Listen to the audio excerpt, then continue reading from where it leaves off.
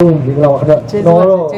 လူတော်လွတ်တော်အစိုးရကိုစားပြုစနစ်ဝင်ရောက်ရှင်နိုင်မဲ့ဥပဒေမှာဖြစ်ပါတယ်ကျွန်တော်ရန်ကုန်တိုင်းဥက္ကဋ္ဌတာဝန်နဲ့ထမ်းဆောင်နေပါတယ်အဲ့တော့ကျွန်တော်ကတော့ဒီရောက်ကုန်မျိုးနယ်ကိုစားပြုပြီးတော့ဒီသူတို့ရဲ့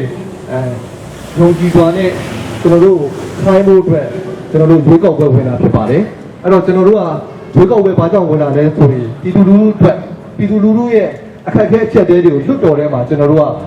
တင်ပြပြီးတော့လိုအပ်ချက်တွေကိုဖြည့်ဆည်းပေးဖို့ဘတ်ဂျက်တွေရရှိအောင်ဆောင်ရွက်ပေးဖို့ပြည်သူတို့ရဲ့စာဝန်တွေအခက်အခဲအချက်တွေနဲ့ကုန်သွင်းလုံးကျဆင်းအောင်လုပ်ပေးဖို့ကျွန်တော်တို့ပြည်သူ့ရှေ့ဆောင်ပါတီကနေပြီးအာမခံပါတယ်။ဒါကြောင့်ကျွန်တော်တို့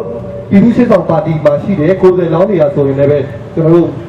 ခေတ်ပညာတဲ့လူတွေလည်းများတယ်အတွေ့အကြုံရှိတယ်နယ်ပယ်အသီးသီးမှာပါဝင်တယ်ကဏ္ဍအသီးသီးမှာကျွမ်းကျင်တဲ့ကိုယ်စားလောင်းတွေလည်းပါဝင်တယ်ပြီးလို့ရှိရင်တော့ကျွန်တော်တို့